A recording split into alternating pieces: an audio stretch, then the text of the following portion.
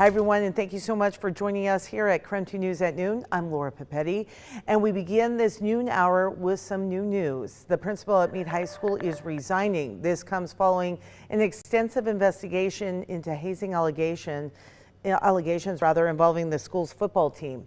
In its announcement, the district did not mention the investigation, saying only that Principal Kimberly Jensen is leaving to look for new career opportunities. She will remain in the role through the end of the school year. Jensen is one of several people named in a lawsuit filed by the family of a former Mead football player who said he was assaulted at a training camp.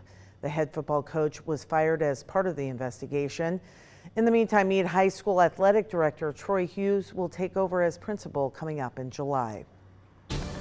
Right, it's just a minute after noon right now. Let's turn our attention outside to the forecast. That's where we have Thomas Patrick standing by. And Thomas, I can't even believe I'm reading it. It says snow in my prompter. What do you know about that? So first of all, snow is never impossible in the month of March here. But two things importantly to know about the snow. One, it would really just be snow flakes at the lower elevations, and there's like no chance for any of it to accumulate. That's for any single day this week. Two, it's really more of a mountain issue when we get our stormy weather back into play. But today, just kind of that okay day. It's really gray. There's overcast skies, but the sunshine is finding some thinner pockets to shine through. So there's actually still going to be some shadows out there. As we pan gently to the west here, here's some rainfall overall. It's not necessarily a cold front or a warm front.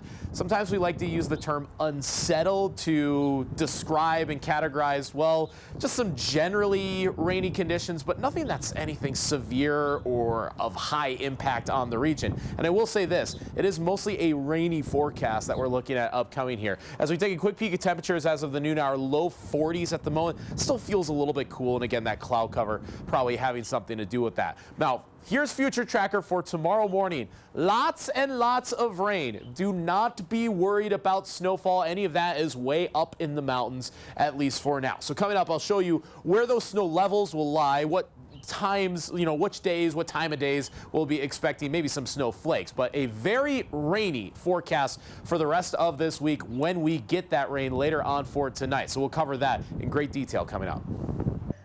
Thomas, thank you so much. Right now, we are keeping a close watch on the stock market. The Dow, which you can see in the bottom of your screen right there in the right corner, is down nearly 1% today as investors react to economic uncertainty. Natalie Brand has an update on Wall Street as well as additional tariffs on Canada. Stocks fell further at the start of trading Tuesday following Monday's sell-off, Wall Street's worst day so far this year. On again, off again tariffs, retaliations, cuts at the government, and it is making people feel concerned enough that we could see the economy slow down. As the White House downplays concerns over the market, President Trump raised the stakes Tuesday. He announced on social media he's doubling the tariff set to take effect tomorrow on Canadian steel and aluminum coming into the U.S. It will now be 50%. That's in response to Ontario's 25% retaliatory tax on electricity exports to the U.S. U.S. farmers and grocers describe a roller coaster as they brace for tariff impacts. Agriculture Secretary Brooke Rollins acknowledged the concern. Secretary, what's your message to farmers worried about tariffs, retaliatory tariffs, and the uncertainty? The uncertainty is real, and the farmers and our ranchers are concerned. It's going to be a little bit bumpy for, maybe a few weeks or a few months, but at the end, his vision, and again, what we're effectuating, is that our American farmers and ranchers, but truly all Americans, will be moving into an era of greater prosperity. On Capitol Hill, lawmakers are trying to head off a partial government shutdown at the end of the week. Vice President J.D. Vance headed there this morning ahead of a critical House vote on a stopgap budget measure. This clean CR contains no poison pill riders, no policy riders there at all, no cuts to Medicare, Medicaid, or Social Security, zero. But with one GOP hardliner, Kentucky's Thomas Massie, already saying he's a no, the White House confirmed President Trump is making phone calls to potential holdouts. Natalie Brand, CBS News, the White House. All right, back here at home, hundreds of people protested last night in Spokane along the streets near Representative Michael Bumgarner's office. The organizers say the congressman is supporting Trump administration cuts that they believe will hurt children and families. It was such a disheartening vote to think that our representative wants to remove those kinds of important, really important programs that are going to help people stay off the streets. We did reach out to Congressman Baumgartner's office for comments. They said the congressman believes that people are always free to exercise their right to protest, and he is pleased that the demonstration was a peaceful one. 12:06 right now. We're continuing to follow the aftermath of a fire that killed 3 puppies at a Spokane animal shelter over the weekend. Spokane Animal says it happened in a building where they quarantine sick animals. They say the fire was caused by a lithium battery inside a Bluetooth speaker. As they begin to rebuild, if you would like to donate to Spokane Animal, you can text the word rescue to our text line. It is 509-448-2000. Again, the word rescue, and we'll send a link right to your phone. And of course, coming up in about 15 minutes, we'll have today's pick of the litter. It is a chance for you to help provide a forever home to not only one, but we have 2 puppies today. More to come. All right, big basketball news, of course, happening today. The Gonzaga men's basketball team will be playing in the championship game in the West Coast Conference Tournament. A win means an automatic bid to the NCAA tournament. KREM 2 Sports Director Andrew Quinn brings us the action from Las Vegas.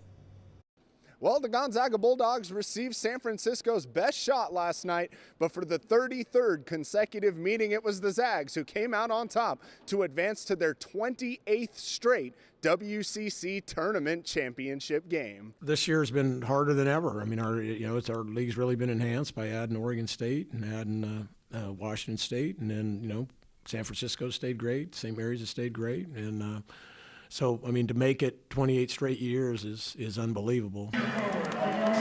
The Dons actually held a 2-point lead at the half thanks to hitting 8 threes in that first half. But the Zags got some nice minutes from Michael Ajayi off the bench, who had 9 points to keep things close. In the second half, it was Graham EK takeover time. He had 8 straight points to give the Bulldogs the lead. We just like to set the tone in the second half with the first 4 minutes, and that just is how we set the tone in this game. It was also a big game for Caleb Battle, who had 21 points.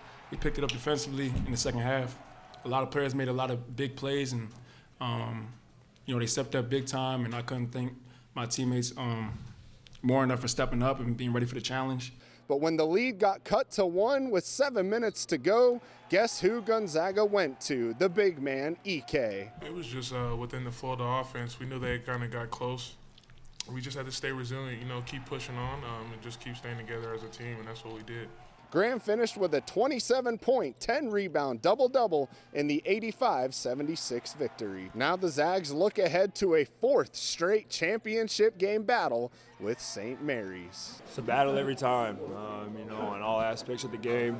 I definitely on the glass. Their rebound margin this year has been incredible.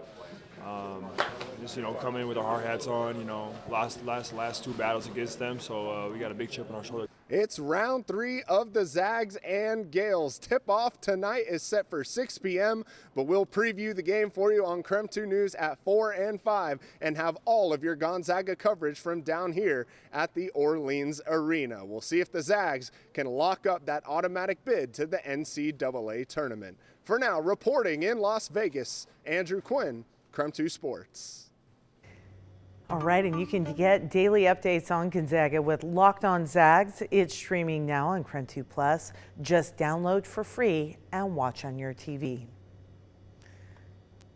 All right, and then of course the at-home men's basketball team is also playing tonight. The Vandals face Montana in the semifinals of the Big Sky tournament. Tip-off is set at 8:30.